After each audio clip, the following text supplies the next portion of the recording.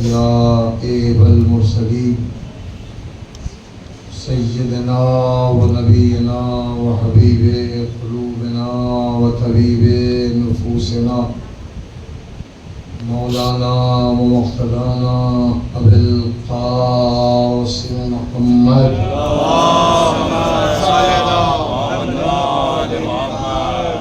وآله الطيبين الطاهرين المعصومين المظلومين المنتخبين المنتجبين ولعنة الله على أعدائهم أجمعين. أما بعد فقد قال الله الحكيم في كتابه المجيد وهو أصدق الصادقين وقوله الحق. بسم الله الرحمن الرحيم. اهدنا الصراط المستقيم. صلوات الله. اللهم صل على محمد. ایک مرتبہ سورہ الحمد میرے ساتھ پڑھیے گا. تین مرتبہ سورہ اخلاص کی تلاوت فرما کر ان مرحومین کے لیے اشارہ فرمائے گا. حسن ان میں سیتے سامنے جو بھی روح اختیار کیا سورہ فاتحہ کوئی سارے سوال کے لیے میں تو یہی اندازہ لگا رہا ہوں کہ آپ کو یہ طریقہ اچھا لگا. یہ تو ایمان کی مجلس ہے اور انہوں نے سارے سوال کے لیے سورہ فاتحہ کے لیے درخواست کی اور ایسے موقع پہ سورہ فاتحہ میں چار چاند لگ جاتے ہیں. جب امام کی مجلس سے بہت سے لوگ یہ سوچتے ہیں صراط مستقیم بس اسی چیز کا نام ہے کہ جو چیز آپ کے ذہن میں غلط فہمی کے طور پر ہو وہ قرآنی حقیقت کے طور پر آ جائے. اس کا نام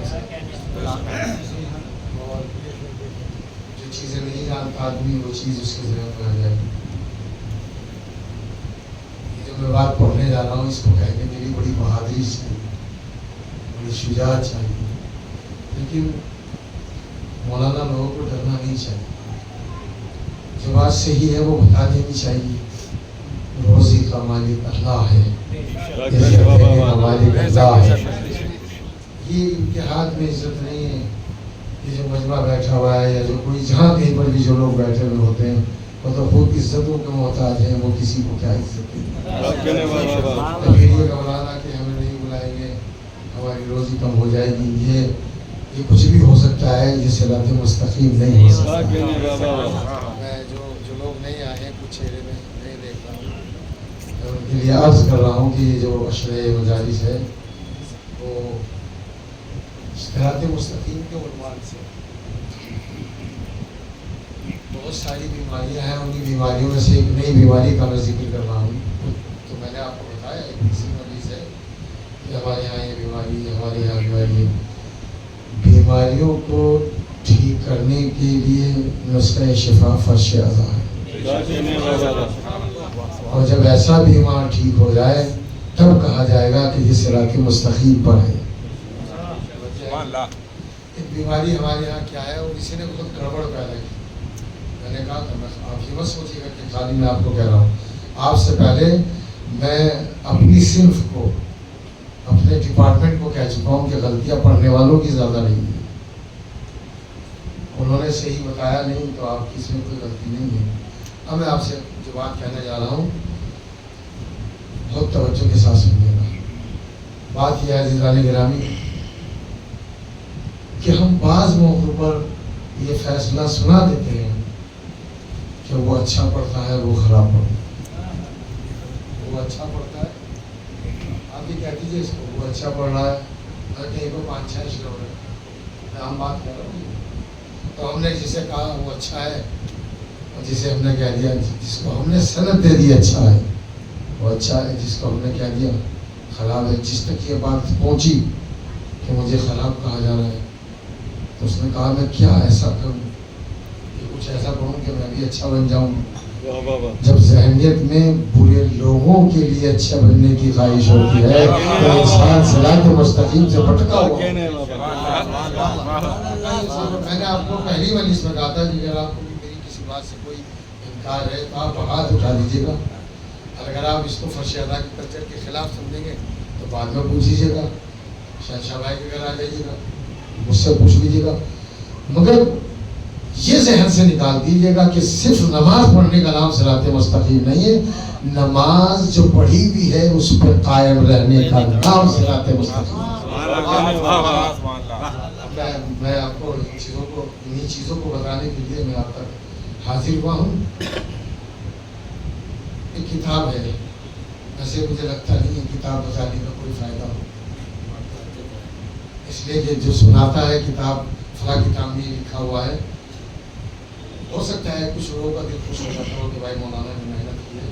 اور میں آپ کو منبر پر بغیر قسم کھائے ہوئے بتا رہا ہوں کہ جو چیز میں اپنی آنکھوں سے دیکھ نہیں لیتا ہوں یہ کوالٹی ہوتی ہے، وہ میں آپ کے سامنے پڑھتا نہیں. یعنی مطالعہ ہونا چاہیے، اسٹڈی ہونی چاہیے. اگر آپ نے فرش ادا پر اس طرح کی دعوت فکر دینے والوں کو مناسب سمجھا، کاش آپ اچھا سمجھنے لگے. میں تو چھوٹا سا لفظ کہہ رہا ہوں، اگر آپ نے ایسے لوگوں کو مناسب سمجھا تو آپ کا فرش ادا بھی باقی رہ جائے گا اور آپ کا منبر رسول بھی باقی رہ جائے گا. ایسا نہ ہو ہم اپنے ذائقے کے مطابق تلاش نہ کریں. ہماری بیماریاں یہ ہیں کہ ہم اپنے ذائقے کے حساب سے تلاش کریں. مثال دے رہا ہوں میں، بخدا یہ ذریع رکھی ہوئی ہے، روزہ رکھا ہوا ہے، آپ فرش ادا پر بیٹھے ہیں. کسی دن میں آپ کو قرآن مجید کی آیتوں سے فرش ادا کی عظمت سناؤں گا، انشاءاللہ آپ کو پتہ لگ جائے گا کہ آپ کہاں آ کر بیٹھتے. میں آپ کے سامنے جو عرض کر رہا ہوں اس کے اوپر آپ ہمیشہ توجہ دے رہے ہیں. بات یہ نہیں ہے کہ میرے بیان پر کتنی تعریف کرتے ہیں آپ. میں نے ایک جملہ کہا تھا، آپ کتنی تعریف کرتے ہیں یہ اہم نہیں ہے، میں آپ کو کتنا قابل تعریف بناتا ہوں یہ اہم ہوتا ہے. ہمارا دھیان کس چیز کے اوپر ہے. اب دیکھیے کتاب کا نام ہے، صلوات بھیجیے ذرا جی. کتاب کا نام مجھے یاد آ گیا. پہلے تو میں آپ کو یہ بھی چیز بتا دوں کہ جب کوئی یہ کہے کہ فلاں کتاب میں لکھا ہوا ہے، اے کاش ہمارے بتانے والوں نے، منبر پر آنے والوں نے ان تمام چیزوں کو بتایا ہوتا. اب برا نہ مانیے گا اگر میں آپ سے ایک سوال کر لوں، جواب میں آپ کی طرف سے دے دوں گا. مجھے پتا ہے کہ آپ اس سوال کا کتنا جواب دے سکتے ہیں. یہ بتائیے کہ آج کا یعنی سن 2024 میں، 24 مطلب یعنی 23 مطلب یعنی 22 مطلب یعنی 20 21 پیچھے چلے جائیے، 15 سال تک پیچھے جانے کا آپ کو حق ہے. اس درمیان میں کتنی مجلسیں ہوئی ہیں یہ بتائیے. ہر سال پچھلے سال کو پیچھے چھوڑ رہا ہے کہ ہے. یعنی جو بات اس سال ہوگی مجلسوں میں اضافہ ہی ہوگا اور جتنی بھی مجلسیں ہوں وہ کم ہے. یہ نہیں کہہ رہا ہوں. اور یہ بھی ذہن سے خناس نکال دیجیے ذانی گرامی کہ مجلس میں بس صرف شرعی مسائل ہی بیان کیے جائیں. ان کے بھی تو مسائل بیان کر دو. جنہوں نے نماز کو نماز بنایا تھا، عبادتوں کو عبادت بنایا تھا، قرآن مجید کو قرآن بنایا تھا، ان کے فضائل بھی پڑھنا ضروری ہے، مسائل کا بتانا بھی ضروری ہے اور ولایت علی کا پیغام پہنچانا بھی ضروری ہے. مگر یہ گمراہی پھیلانا قطعاً حرام ہے کہ بس آپ علی علی کہیے اور جنت کے مالک ہو جائیں گے، حسین حسین کہیے اور جنت کے مالک ہو جائیں گے. جنت کا اور حسین کا تقابل کیا ہے؟ آپ چھوٹا سودا کیوں کر رہے ہیں؟ آئے پڑھ لو. میں نے کہا میں نے جو بات کہی ہے وہ آپ کے سامنے اس کی سرود کے طور پر دلیل رکھی ہے. یعنی یہودیوں میں سے کچھ یہودی ایسے تھے یشترون بآیات اللہ ثمنا قلیلا، جو توریت کی آیتوں کو بہت کم پیسوں میں بیچ دیا کرتے تھے. جو حسین کا تقابل جنت سے کر رہا ہے وہ انہی کی طرح ہے جسے نہ حسین کی معرفت ہے نہ اللہ کے کلام کی معرفت ہے. ایک صلوات بھیجیے محمد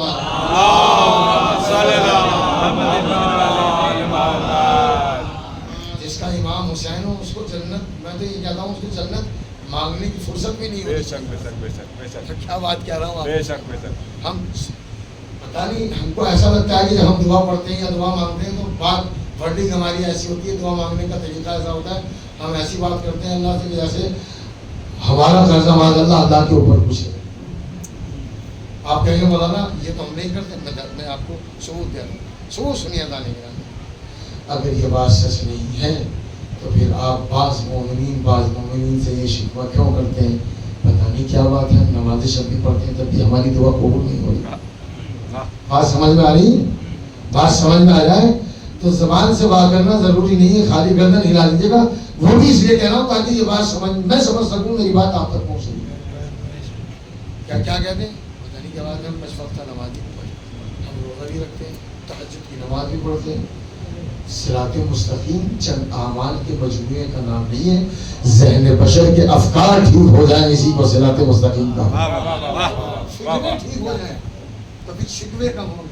اللہ یاد رکھیے گا، نہیں یہ جو آپ میرے سامنے جو ادھر والے بیٹھے ہیں وہی جملے کو سمجھے نہیں ادا نہیں کرنا۔ فکریں ٹھیک کر لیجیے شکوے کم ہوں گے، فکریں ٹھیک کر لیجیے تو جو ہے وہی آپ کو ایسا لگے گا کہ ہم اس لائق کہاں تھے، یہ تو حسین کا کرم ہے، یہ تو اللہ کا کرم ہے، تو پھر یہ شکایت نہیں ہوگی اسے یہ نعمت کیوں دے دی، اسے یہ نعمت کیوں نہیں دی۔ جو اللہ دے رہا ہے وہی کیا کم ہے، شکریہ کے لائق وہی کو۔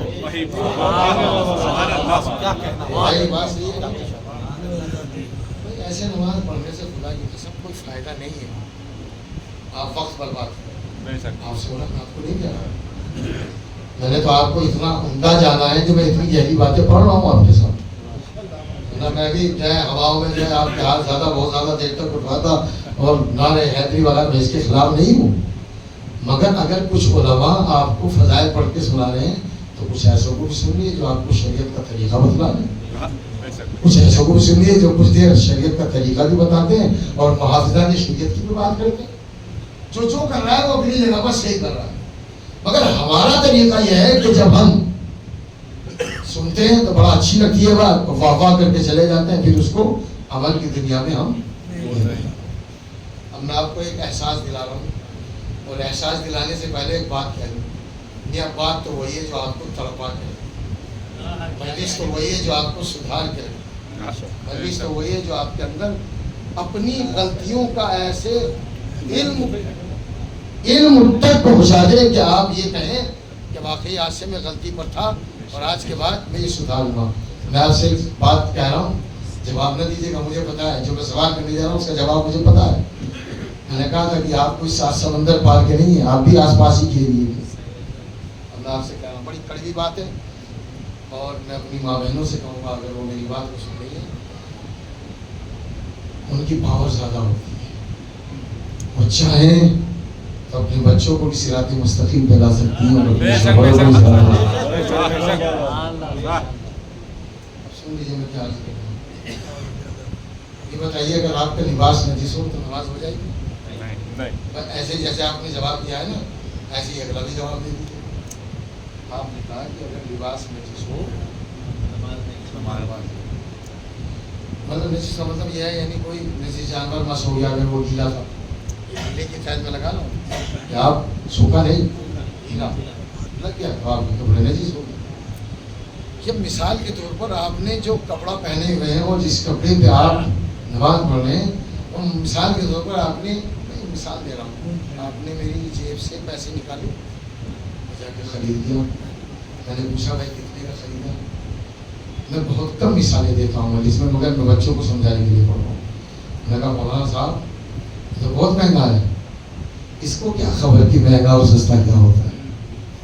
جس کی اپنی جیب کا نہ ہو، آپ سمجھ نہیں میں کیا پڑھ رہا ہوں، جس کی اپنی جیب کا نہ ہو، نخرے بھی وہی زیادہ کرتے ہیں جن کے پاس پیسہ بہت آسانی سے آ جاتا ہے، چاہے وہ حرام کے راستے سے آئے یا کچھ پکڑا واضح جانے کے بعد۔ میں نے کہا مولانا صاحب بہت مہنگا ہے، میرے ذہن میں مثال کے طور پہ 1000 روپے تھے، ایسے میں بتا دوں کبھی ایسی کوشش مت کیجیے گا، مولانا ہوشیار بہت ہوتے ہیں، ایسی جگہ نہ اپنے قبا چھوڑتے نہ شیروانی چھوڑتے۔ ایک صلوات بھیجیے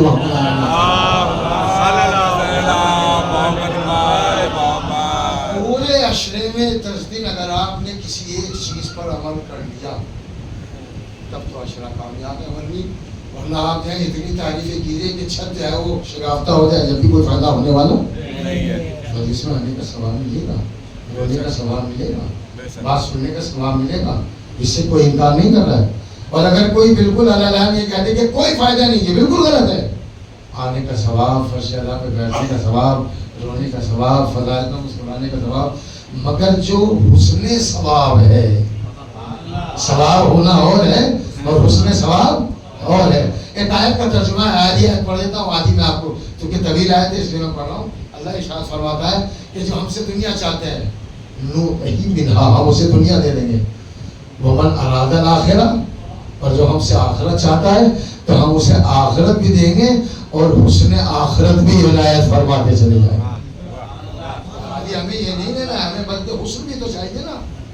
ابھی میں نے آپ کے سامنے تو آپ نے، میں نے مثال ورڈ دیتا ہوں، شاید وہ مثال اچھی نہ ہو، آپ کی جیب سے میں نے پیسے نکالے اور میں نے کہا بتائیے اس لباس میں نماز ہو جائے گی؟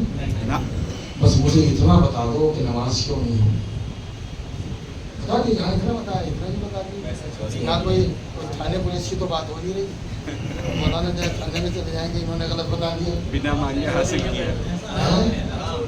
غصب، چوری پیسہ، چوری جو ہوتی ہے نا وہ غصب ہوتی ہے۔ اب آپ چوری نہ کہیے، بھوڑے الفاظ ہیں، آپ بڑے لوگ ہیں، بڑے لوگوں کی مجلسوں میں بیٹھے ہوئے ہیں، محمد سے بڑا کون ہوگا، فاطمہ سے بڑا کون ہوگا، امام حسن سے بڑا کون ہوگا؟ تو جب نسلی لوگ ہیں تو الفاظ بھی تو نسلی ہونے چاہیے نا۔ یہ چور تو وہ کرتے ہیں جو دائیں بائیں گلیوں میں پھرتے رہتے ہیں، غصبی الفاظ کہیے، توجہ رکھیے گا، غصبی ہے تو اس لیے نماز نہیں۔ اگر آپ نے یہ میری بات مانی تو پھر میں آپ سے ایک بات کروں، برا مانیے گا، اگلی دے دیجیے گا، میں آپ سے کسی سے کچھ نہیں کروں۔ ہم میں سے بات میں اگر دم ہو تو خاموش ہو رہی ہے۔ ہم میں سے کتنے ایسے ہیں جنہوں نے خبز نکال کر نمازیں پڑھی ہیں؟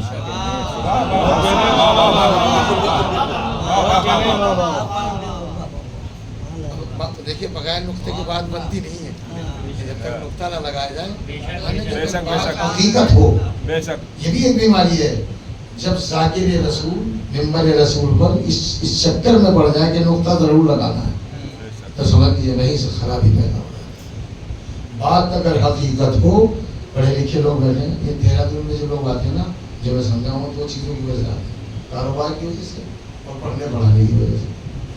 تو یہاں پڑھے لکھے لوگ بیٹھے ہیں، تو اگر میں اتنا کہوں گا اور وہ اگر بیکار ہو جائے گا تو مجھے بڑا افسوس ہوگا، میں آپ کے سامنے چپ رہا کہنا مزہ نہیں۔ آپ نے چوری کی، غصب کیا، کس کا پیسہ؟ مولانا کا پیسہ، مولانا کا پیسہ، اس میں نماز نہیں ہوگی تو جو خوب سننا نکالے وہ امام کی چوری کرتے ہیں۔ جب مولانا کے پیسے میں اتنی طاقت ہے تو امام کے مال میں کتنی طاقت ہوگی؟ اور میں یہ کہنا چاہتا ہوں، اگر آپ آج سے یہ ارادہ کرتے ہیں،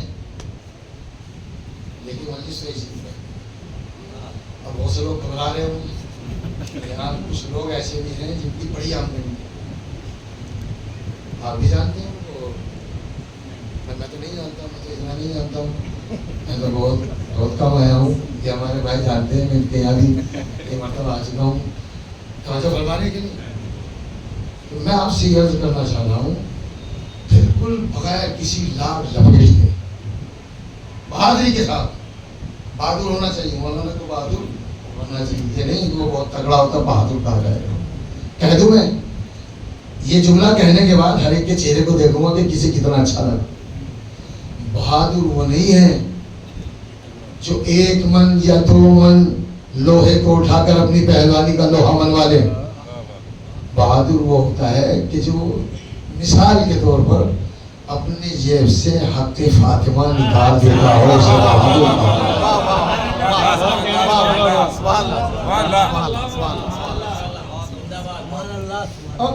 اب مولانا کو یہ مجلس پڑھنے کی ضرورت نہیں ہے کہ نماز پڑھیے، یہ پڑھنے کی ضرورت نہیں ہے۔ اگر کوئی یہ پڑھ رہا ہے تو میں سمجھتا ہوں کہ بس وہ ٹائم پاس کر رہا ہوں۔ بھائی یہاں جتنے بیٹھے ہیں مجھے نہیں لگتا کوئی بھی ایک ایسا آدمی ہو کہ وہ نماز نہ پڑھتا ہو، مگر ہم جتنے نمازی ہوتے جا رہے ہیں اتنے ہی کچے مسلمان ہوتے جا رہے ہیں۔ یہ ہے کہ کوئی مر جائے ہمیں کوئی کسی سے سوچیے گا، اگر بات سمجھ میں آ جائے تو پھر مجھے دعاؤں سے نواز دیجیے گا۔ ہمیں کوئی مطلب واسطہ نہیں ہے ہمارے پڑوس میں کس پہ کیا گزر گیا۔ یہ نماز سکھاتی، یہ 5 وقتہ نمازی ہو، یہ آپ صبح کی نماز پڑھتے ہیں۔ نماز کیسے پڑھو؟ ایک جملہ اس ممبر کی دینے جو آ رہا ہے، نماز ایک عبادت کا نام نہیں ہے بلکہ توحید کے ایک مشن کا نام ہے۔ یہ آپ نے دیکھا ہوگا بڑے بڑے جو مال ہوتے ہیں نا، یہاں والے نہیں جانے کے تو یہاں پر وہ ہوتے ہیں، تو اس میں کچھ چیزیں نمونے کے طور پر باہر رکھ دی جاتی ہیں۔ یہ ہے اندر، ایسا مال ہے اندر، میں غلط تو نہیں کہہ رہا ہوں؟ اللہ نے توحید کے کارخانے میں کچھ چیزوں کو باہر نکال کے رکھ دیا. میری نماز ایسی ہے, روزہ ایسا ہے, حج ایسا ہے. اور تم جب اندر جاؤ گے شریعت کے تو جیسے نمازی بن کے رہنا چاہیے ویسے ہی سماج میں بن کے رہنا چاہیے, ویسے ہی رشتے داروں کے درمیان میں رہ کے رہنا چاہیے. جتنے ادب سے تم نماز میں رہتے ہو نا ویسے ہی مارکیٹ میں بھی دکھائی دینا چاہیے, ویسے ہی اپنے گھر میں بھی دکھائی دینا چاہیے. اس کے بعد میں جو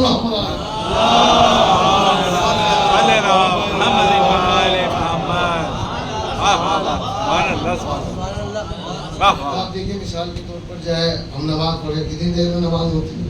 نمازوں کو زیادہ ٹائم نہیں لگتا. صبح کی 2 رکعت وہ میں نے آپ کو شاید علی پرسوں بتایا آپ کو پتہ لگا. انسان کتنا زیادہ ناشکرا ہے ایک نماز پڑھ کے جس میں خود اس کا فائدہ ہے. اللہ کو کسی کے سجدوں کی ضرورت نہیں, اللہ کو کسی کے رکوع کی ضرورت نہیں ہے. تم حالت قیام میں ہو پوری رات کھڑے ہو, تمہیں موقع نہ ملے تو چاہے رمضان کے مہینے میں کھڑے رہنا پوری رات. اگر آپ سمجھ رہے ہو کیا ہمیں یہ چیز نہیں اچھی لگتی ہے کہ آپ بہت دیر تک عبادت کرتے ہو. ہمیں تو یہ اچھا لگتا ہے کہ تم ہمیں کم ٹائم, جملہ کہہ رہا ہوں بہت بہادری چاہیے جملہ کہنے کے لیے. اللہ کہہ رہا ہے مجھے کم ٹائم دو, مخلوق کی خدا کو بہت زیادہ ٹائم دے دو. لیکن نماز بھی ہے اور اسی کو عبادت بھی کہا جاتا ہے. آپ کیا مثال کے طور پر آپ گھنٹوں بھر کی نماز پڑھ رہے ہیں اور آپ کسی کی سنی بھی نہیں, پڑوس میں کیا ہوگا؟ اگر برا نہ مانے تو ایک جملہ کیا دوں, باہر والوں کی تو دیکھ بھال کر رہے ہیں کہ نہیں, اس تو اتنے پکے نمازی ہیں کہ بہت بڑا جملہ ہے. جو کیا بہت سے تو اتنے بڑے پکے نمازی ہیں, وہ جو ہمارے یہاں ہے نا کہ نماز میں ادھر ادھر نہیں دیکھنا چاہیے, وہ اس پہ اتنے پابند ہیں. نہ وہ بیٹی کو دیکھنے کا حجابی, نہ وہ بیٹی کو دیکھنے کا میں کچھ پڑھ رہا ہوں. ایسی نماز تمہارے منہ پہ مار دی جائے گی, نہ یہاں اہمیت ہے اور نہ وہاں پر اہمیت ہے.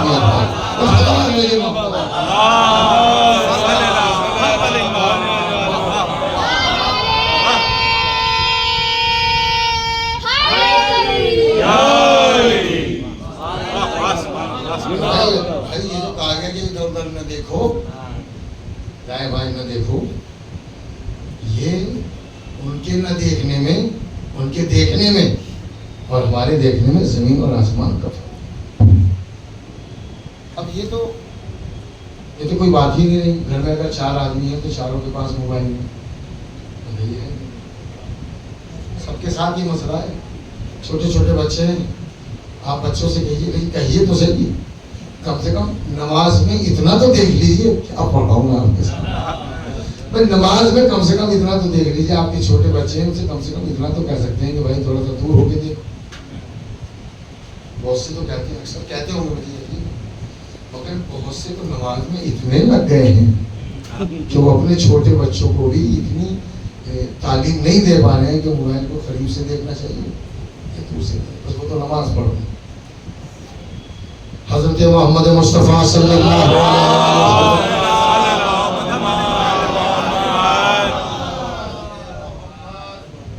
آپ کے زمانے میں آپ دیکھتے تھے انسان بہت زیادہ مسجد میں رہتا ہے. میں نے جملہ کہا تھا کہ اللہ یہ نہیں چاہتا, اللہ تو کہتا ہے مجھے ٹائم کم دو, مگر میری مخلوق کو ٹائم زیادہ.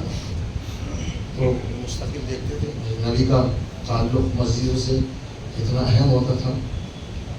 بہت مرتبہ دیکھا. ایک دن رسول اسلام نے پوچھا کہ بھائی یہ بھی ہمارے اندر ایک مرض ہے, مرض ٹھیک ہو جائے تو آپ جہاں کھڑے ہوں وہیں صراط مستقیم. اس جملے کی احتیاطیت کو پہچانیے. صراط مستقیم پر ہونے کے لیے یا اپنے کو مشہور کرانے کے لیے یا اپنے کو پہچانانے کے لیے کہ میں صراط مستقیم ہوں, بہت زیادہ مسجدوں میں ٹھہرنا ضروری نہیں ہے. ضروری نہیں کہ آپ مسجدوں میں بہت دیر تک رہیں تب یہ کہا جائے گا کہ ہاں بھائی یہ صراط مستقیم پر ہے. یہ بہت زیادہ ضروری نہیں ہے. ضروری کیا ہے؟ تو نبی نے اس سے پوچھا کہ بھائی میں تمہیں بہت دیکھتا رہتا ہوں کہ مسجد میں. نبی کیا, نبی کہہ رہے ہیں کہ میں تمہیں, آپ اس جملے کے جلال کو نہیں سمجھے, نبی کی اس بات کی جلال کو سمجھ رہے ہیں کہ نبی کہہ رہے ہیں میں بہت دیکھتا ہوں تو مسجد میں رہتے ہو. میں نے کہا یا رسول اللہ یہ آپ کے خطبوں کا اثر ہے. تو نبی نے کہا تم مجھ پر الزام لگا دو, تم مجھ پر, میں نے کب کہا کہ تم اتنی دیر مسجد میں رہو؟ تم بازار اور مارکیٹ میں اللہ کو پیش نظر رکھتے ہوئے اگر کھڑے بھی ہو جاؤ گے تو وہ بازار نہیں, وہ مسجد خراب پائے. آپ سمجھ رہے ہیں نا؟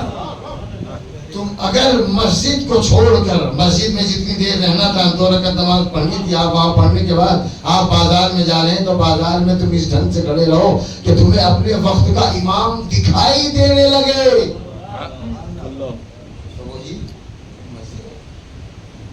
اور اگر تم مسجد میں بھی غیبتیں کرنے پر تلے ہوئے ہو, بھائی سمجھیے گا, میں کچھ عرض کر رہا ہوں, اگر تم فرش ادا پر بیٹھے ہوئے اور فرش ادا پر مجلس کے بعد بھی یہ کہتے ہو وہ فلاں ایسا تھا, فلاں کی مجلس کا باب یہ تھا, ان کے یہاں تبرک ایسا تھا, ان کو ایسا نہیں کرنا چاہیے تھا, ان کو ایسا نہیں کرنا چاہیے تھا, تو آپ یاد رکھیے گا جیسے بزم رسالت میں لوگ آتے تھے مگر منافقانہ چہرہ لے کر آتے تھے, اور بھی منافقوں کی کمی نہیں ہے.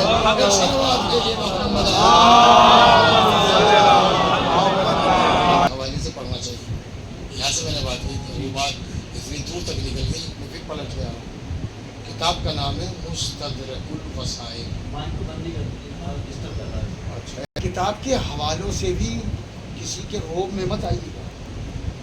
کوئی اگر بہت زیادہ حوالے دے اس کے روب میں ہی مت آئے گا, اس کو ذرا چیک کر لیجیے گا کیا چیک کر رہا ہے, یہ بتا دیا. میں مثال دے رہا ہوں, آپ ہی میں سے بیٹھے ہوئے کچھ لوگ ایسے بھی ہوں گے جن کو اللہ نے اتنی طاقت دی ہوگی کہ وہ مضمون لکھ سکتے ہو. تو جو اگر 5 صفحے کا مضمون لکھ سکتا ہے, اگر 50 صفحے کا مضمون لکھ دے وہی کتاب بن جاتی ہے. تو یہ جو کہا جائے کہ بھائی میں کتاب سے پڑھ رہا ہوں اور حوالہ دے رہا ہوں, یہ ضرور چیک کر لیجیے گا. بہت غضب کی بات بتا دوں گا. تو یہ جو حوالہ دیا جا رہا ہے یہ کوئی چھوٹی موٹی کتابوں کا حوالہ ہے, کسی چلتے پھرتے انسان نے تو نہیں لکھی ہے, یا کسی بڑے عالم دین نے. بھائی یہ بات سمجھ گئے آپ؟ تو میں یہ کہہ رہا ہوں کہ ہماری بڑی کتابیں جن پہ ہمارا یقین اور اعتقاد ہے, قرآن مجید اور نہج البلاغہ کے بعد ہمارے مذہب کی وہ کتنی کتابیں جس کے اوپر ہمارے مذہب کی بنیاد تھی. میں نے کہا کہ اس کو آپ بتائیے, اس کا جواب دیجیے. میں نوجوانوں کے لیے پڑھا, اپنے بزرگوں سے مانگوں. اتنی مجلسیں ہوتی ہیں, اتنے عشرے ہوتے ہیں, اتنی شب بیداریاں ہوتی ہیں.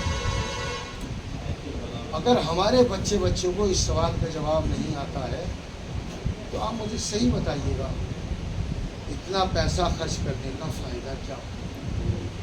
میری بات جائز ہے؟ تو اگر جائز ہے تو اس گرمی میں کم سے کم اتنا تو آپ مجھے یہ احساس دلا دیے کہ مولانا جو آپ پڑھ رہے ہیں ہم سمجھ رہے ہیں. آپ میں سے جتنے افراد بیٹھے ہوئے ہیں مجھے لگ رہا ہے 10-15 حد سے 20 آدمی بتا پائیں گے کہ وہ کتنی کتابیں ہیں. اور اگر انہی 20 افراد سے جنہیں کچھ پتا ہے میں یہ پوچھ لوں کون کون سی ہے تو اس میں بھی 50% گھر جائیں گے, وہ نہیں بتا پائیں گے کون کون سی. یہ باتیں پڑھنی چاہیے کہ نہیں؟ اور بہت سے لوگ مجھے ایسا لگ رہا ہے وہ سننا نہیں چاہتے, لیکن وہ مولانا ہی کا کہ جو اپنا سامعین کو دیکھ کے ذائقہ بدل ہماری وہ 4 کتابیں ہیں جن کے اوپر ہمارے مذہب تشیع کی بنیاد. ہمارے نوجوانوں کو پتہ ہونے چاہیے کہ نہیں؟ لیکن پڑھنے والے تو اس بات میں ذائقے میں لگے ہوئے ہیں کہ کیا ایسا پڑھ دوں کہ پھر مجھے دوبارہ بلا لیں. کہ بھائی دوبارہ نہیں بلائے گے تو کیا قیامت آ جائے گی؟ آپ کو اگر کوئی نہیں بلائے گا, اگر بیوی راضی ہو جائے تو جہاں چاہو گے وہاں چلے جاؤ. بیوی کو راضی ہونا چاہیے. چلیے میں وہ آپ کے سامنے بیان کروں, اور مجھے یقین ہے کہ میں پڑھ تو لے رہا ہوں لیکن آپ اس کو یاد نہیں رکھا, مگر یاد کرانے کا طریقہ ہونا چاہیے تو شاید کچھ یاد رہ جائے. کچھ سب کچھ نہ صحیح کچھ تو یاد رہ جائے. بھائی اگر سب کچھ نہ یاد رہ جائے تو کچھ تو یاد رہ جائے. آپ میری طرف دیکھیں, میں آپ کی طرف دیکھ رہا ہوں, میں اکیلا آپ سب کو دیکھ رہا ہوں. آپ سب مل کے مجھے دیکھ لیے, آپ کے لیے تو کوئی بھاری کام نہیں ہے نا. بھائی میں اکیلا آپ کو سنبھال رہا ہوں تو آپ وہ سب مجھے دیکھیں, غافل مت ہوئیے گا. عزیزان گرامی, اہل سنت کی وہ کتابیں جس کے اوپر ان کے مذہب کی بنیاد ٹکی ہوئی ہے وہ 6 کتابیں. کتنی؟ میں بہت زیادہ ضروری نہیں سمجھتا ہوں کہ وہ آپ کو یاد کراؤں. وہ آپ کو یاد کراؤں میں بہت زیادہ ضروری نہیں سمجھ رہا ہوں، مگر کم سے کم آپ کو وہ 4 کتابیں تو یاد ہونی چاہیے نا۔ آپ میں سے اگر کوئی شخص ایسا ہو کہ جو 4 کتابوں کے نام جانتا ہو تو مجھے بڑی خوشی ہوگی، اور میں آپ سے پوچھ نہیں رہا ہوں، یہ ہمارے کلچر کے خلاف ہے۔ مجھے پتا ہے کہ کتنے لوگ اس بات کا جواب دے پائیں۔ من لا یحضرہ الفقیہ، تھوڑا سا خاموشی چھا جائے گی، کوئی بات نہیں، اگر اس کتاب میں سے کوئی ایک لفظ بھی یاد رہ جائے گا تو کام چل جائے گا۔ سامنے والا جسے آپ بتائیں گے، آپ نے اس کو کہا من لا یحضرہ الفقیہ، پورا نام نہیں یاد آ رہا ہے، سامنے والے مولانا ہے، اور یہ مولانا کہہ رہا ہوں، معاف کیجیے گا، بہت سارے مولانا بھی نہیں جانتے، اور ریکارڈ کہہ رہا ہوں، میں صحیح کہہ رہا ہوں، خدا کی قسم۔ آپ اس کو یہ مت سمجھیے مولانا بہت بڑی بات کہہ رہے ہیں، یہ بہت چھوٹی بات کہہ رہا ہوں میں۔ ہمارے بہت سارے، اصل میں معاملہ کیا ہے، ہم لوگوں نے ذاکری کو مولویت سمجھ لیا۔ یہ بہت خطرناک کام ہے۔ جتنا نقصان، دیکھو میں آپ کو تصویر میں جتنے آپ کے نقصانات کا احساس دلاتا رہوں گا، بس پہلے تو آپ کو یہ پتہ چلنا چاہیے کہ ہمارا نقصان کتنا ہوا ہے۔ تو نقصان کا اگر پتہ چل جائے تو آپ سمجھ لیے کہ گھاٹے میں نہیں ہے، اور جملہ کہہ رہا ہوں سمجھنا آپ کا کام ہے۔ اگر آپ کو یہ پتہ چل جائے کہ ہم گھاٹے میں ہیں، اتنا ہی پتہ چلنا فائدے کا پہلا زینہ ہے۔ کیا بتاؤں آپ؟ اگر کسی کو یہ پتہ ہی نہ ہو، اتنا بے خبر ہو کہ ہمیں تو گھاٹا ہے ہی نہیں، تو وہ تو پھر بہت گھاٹے میں نا۔ جیسے جاہل کی 2 قسمیں ہیں کہ نہیں، اور یہ جاہل ہر سماج میں ہے، پڑھے لکھوں میں بھی ہے، اور جاہلوں کا تو کیا کہنا۔ کیا ایک جاہل وہ ہوتا ہے، سمجھتا ہے، وہ اتنا سمجھدار ہے، اس نے کہا یار مولانا نے یہ بات پڑھی ہے اور یہ مجھے نہیں پتا تھی۔ بھائی جاگ کے سنیے گا اس جملے کو، میری طرف دیکھیے اذان گرامی، بہت محنت کے ساتھ یہ جملے ادا کر رہا ہوں۔ ایک جاہل تو وہ ہوتا ہے کہ اسے یہ پتا ہے کہ میں نہیں جانتا، اور ایک جاہل ایسا ہوتا ہے کہ وہ نہیں جانتا کہ نہیں جانتا۔ نہیں سمجھا آپ فضیلہ؟ ایک جاہل ہے، شریف سا جاہل ہے، وہ سیدھا، وہ کہتا ہے بھائی مجھے نہیں پتا۔ اور ایک جاہل ایسا ہے جسے ضدی بھی کہتے ہیں، نہیں جانتا، مگر اس نے اپنے اس نہ جاننے کو نہیں جانتا۔ میں کیسے بڑھوں، اس سے زیادہ سمجھاؤں آپ کو؟ ایک تو جانتا نہیں، اسے پتہ نہیں کہ مولا علی نے کتنی جنگیں لڑی، وہ جانتا نہیں ہے، مگر وہ یہ کہتا ہے کہ میں جانتا ہوں۔ جو اپنے نہ جاننے کو جاننا سمجھے، کیا پڑھاؤں میں آپ کے سامنے، اسے کہا جاتا ہے جاہل مقصر۔ جاہل بھی ہے اور تقصیر کے ساتھ جاہل ہے۔ ایسے ہی کچھ لوگ ہیں جو سوچتے ہیں کہ ہم گھاٹے میں نہیں ہیں، حالانکہ وہ گھاٹے میں ہیں۔ تو کیا قربان جاؤں اپنے چھٹے امام جعفر صاحب۔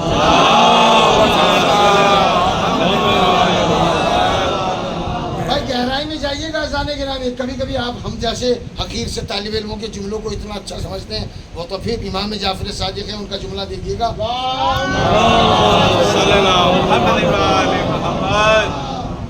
پہلے ایک آپ کو ایک مسئلہ، عقیدتی مسئلہ بھی بیان کر دوں۔ نہ جاننے کا نام ہی تو مجلس ہے نا، نہ جاننے کا نام مجلس ہے، اور جو جان لے اس پہ چلنے کا نام صراط مستقیم ہے۔ کل قیامت کے دن 2 طرح کے جو جاہل ہوں گے، ایک شریف جاہل۔ یہ شریف کا لفظ میں نے ایسے اس لیے لگایا تاکہ آپ کو وہ جو سخت والا جاہل ہے نا، جو سمجھ میں نہیں آ رہا تھا اور مجھے بڑی دقت آ گئی تھی، تاکہ آپ اس کو سمجھ سکیں۔ اللہ جو شریف جاہل ہے نا، اس کو کل قیامت کے دن بخش دے گا۔ وہ کہہ دے گا معبود میرے پاس اتنے مسائل نہیں تھے، میرے پاس مولانا نہیں تھے، میرے پاس مکتب نہیں تھا، مگر وہ جاہل جو مقصر ہے، جسے ہم اپنے مظفر نگر کی زبان میں کہتے ہیں انسٹ جاہل، کیا پڑھاؤں گا آپ کو، میرا جاہل، خالص جاہل، اللہ پہلا تو اس سے یہی پوچھے گا اور اسی کا عذاب دے گا کہ تم ایک تو جانتے نہیں تھے اور پھر اپنے کو عالم بھی سمجھ رہے تھے۔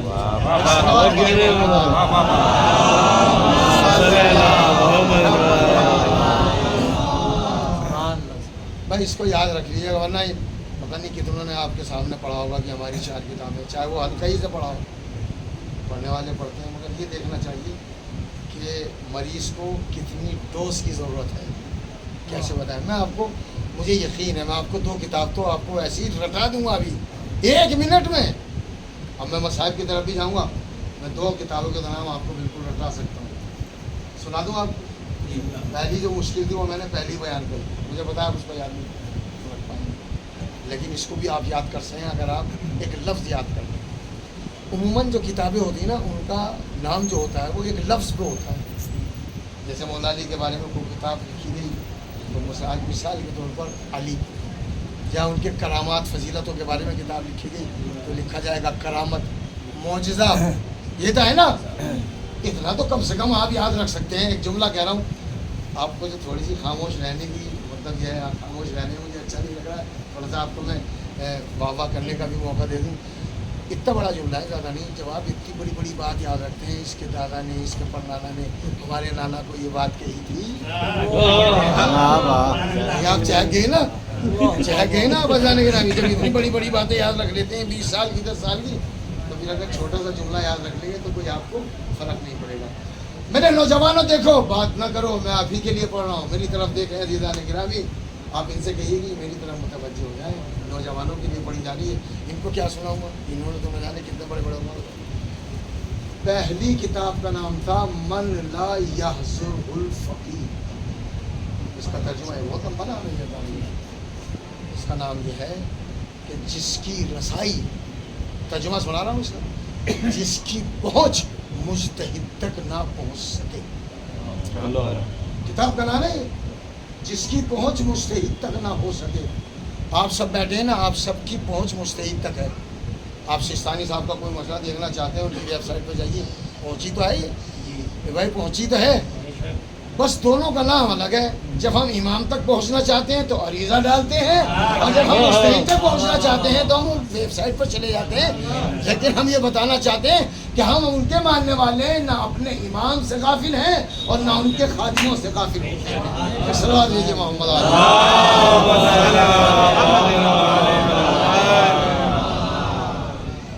سمجھ رہے نہیں بھائی، اس میں آپ اتنا نہ، ایک تو ترجمہ یاد رکھ لیجیے گا، اس کی ہسٹری یہ ہے عزیزان گرامی، یہ شیخ یعقوب کلینی نے اس لیے لکھی تھی، اس زمانے میں مجتہد تک کوئی پہنچ نہیں پاتا تھا، تو انہوں نے اپنے اطراف کے لوگوں کو کہا میں ایسی کتاب لکھ لوں کہ جو مجتہد تک نہیں پہنچ سکتا وہ اس کتاب کو پڑھ لے اور اپنے نماز روزے کے مسائل کو تلاش کر لے۔ ایک صلوات بھیجے محمد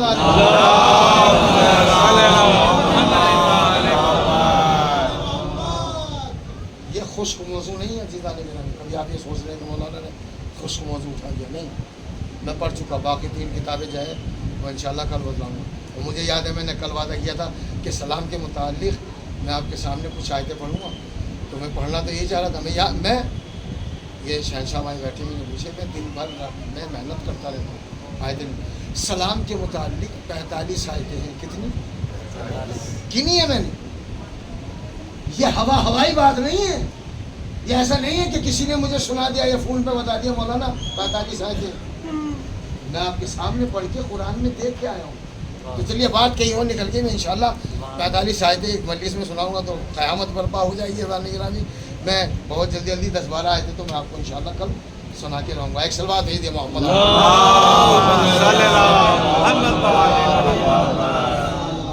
میں آپ کو 3 کیوں نہیں بتا رہا، وہ تو 2 سیکنڈ لگیں گے بتانے میں یہ چاہ رہا ہوں کہ آپ اس من لا یحضر الفقیہ، مجھے 100% یقین ہے کہ سب کو یہ جملہ اور یہ کتاب یاد نہیں رہ جائے گی، مگر لفظ فقیہ تو یاد رہ جائے گا۔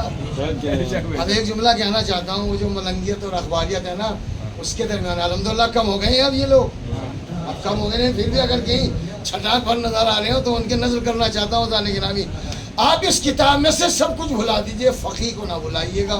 جو مجتہد کو یاد رکھتا ہے اللہ اس سے خوش ہوتا ہے، نبی اس سے خوش ہوتا ہے، اہل بیت ان سے خوش ہوتا ہے۔ ایک صلوات بھیجئے محمد۔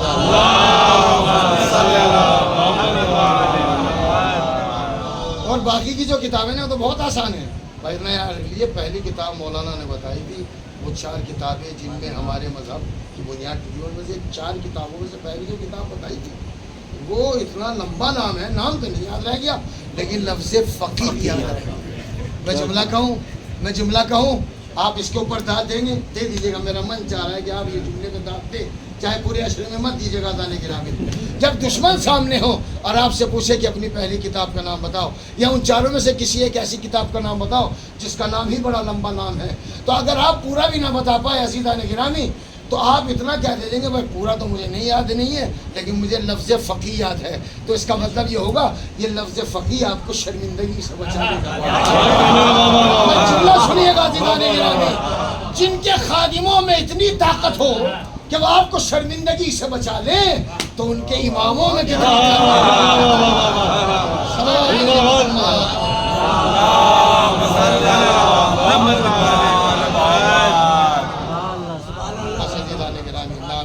میں بہت زیادہ طویل مصائب نہیں پڑھتا ہوں.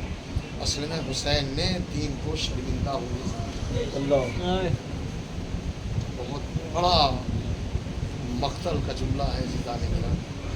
دیکھو جس پہ گزرتی ہے وہ جانتا ہے، یہ تو سب کہتے ہیں جس پہ مگر حسین کا غم ایسا ہے کہ آپ کو رلانے کے لیے آپ کے ذہن کو آمادہ کرو. حسین کا غم ایسا ہے کہ 1400 برس کے بعد ذاکر سب صرف اتنا کہتا ہے، زیادہ کچھ نہیں پڑتا، خالی اتنا کہہ دے کہ علی اصغر کا امام حسین کا ایک چھوٹا سا بچہ تھا.